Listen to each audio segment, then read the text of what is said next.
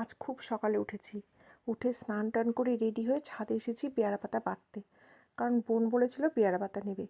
আর আজ একদম জাঁকিয়ে শীত পড়েছে। আজ যাচ্ছি আমরা কোথায় বলো তো? পিকনিক করতে। সেই জন্য খুব সকালে রেডি হয়েছি। এখন বাজে 9টা। দেখো আমাদের পুরো জিনিসপত্র প্যাক করে এখন আমরা টোটোতে উঠছি। খুব কাছেই করব একটা পিকনিক, মানে আমাদের পরিবার মানে ফ্যামিলি নিয়ে একটা পিকনিক হবে। এই দেখো এই জায়গাটা চলে এসেছি। এত সুন্দর জায়গাটা, এখানে আমরা অনেকবার পিকনিক করেছি। এটা হচ্ছে মালধারী একটা জায়গা।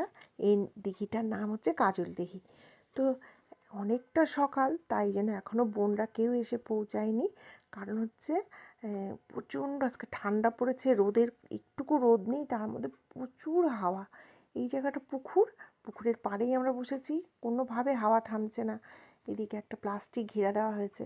তা আমি অলরেডি আমাদের যে চিকেন, দেশি চিকেনের মাংসটা, সেটা আমি রান্না অলরেডি বসিয়ে দিয়েছি।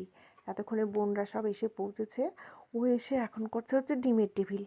তো আমাদের পিকনিকে তো প্রচুর আইটেম থাকে। ডিমের টেবিল হবে, মাছ ভাজা, চিকেন, তারপরে মাটন, তার সাথে থাকছে মুড়ি, একটা মুড়ি মাখা, তারপরে থাকবে হচ্ছে চিকেন পকোড়া। অনেক কিছু, মানে এত আইটেম আছে আজকে, জানি না কতটুকু করতেই পারবো কিনা সন্দেহ। কেন কি এত হাওয়া দিচ্ছে, গ্যাসে আমাদের তাপই লাগছে না। তো যাই হোক, এখানে আমি মটনটা রেডি করে দিয়েছি। মটন এখন রান্না হচ্ছে অলরেডি।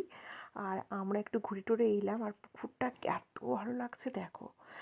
তো রান্না মোটামুটি প্রায় শেষের দিকে। তো আমি ভাবলাম কি কয়েকটা বাসন একটু ধুয়ে টুয়ে নিই। পুকুরের জলটা দেখে টল টল টল টল করছে, এত ভালো লাগছে। আর তোমরা নিশ্চয়ই বুঝতে পারছো, দেখে দেখো কি হাওয়া দিচ্ছে, মানে স্রোত আসছে কীভাবে, তাতেই বুঝতে পারছো যে কীভাবে হাওয়াটা আসছে।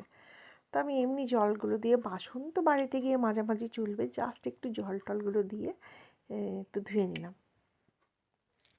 খুব ভালো লাগছে, ঠান্ডা যদিও, কিন্তু আর এই পুকুরটার একটা মাহাত্ম্য কী জানো? এই পুকুরের জলে নাকি অনেক অসুখ বিসুখ দূর হয়, মানে মানুষের মনের একটা বিশ্বাস আর কি। তাই সবাই বলছিল, তো আমি একটু মাথায় ছিটিয়ে নিলাম। রান্না তোমাদের দেখাচ্ছি। এখন এখন আমাদের মাংসটা হচ্ছে। মাংস তো হতে জানো, সেই 1.5 ঘন্টা ধরে মাংস হচ্ছেই।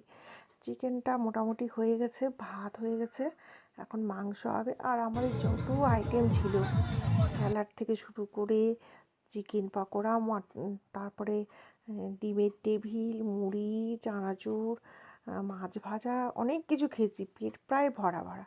তা আমরা এখন খাচ্ছি হচ্ছে ভাত। খাওয়া দাওয়া আমাদের কমপ্লিট। আমরা দেখো জায়গাটাকে একদম পরিষ্কার করে দিয়েছি, যেন কেউ বলতে না পারে এখানে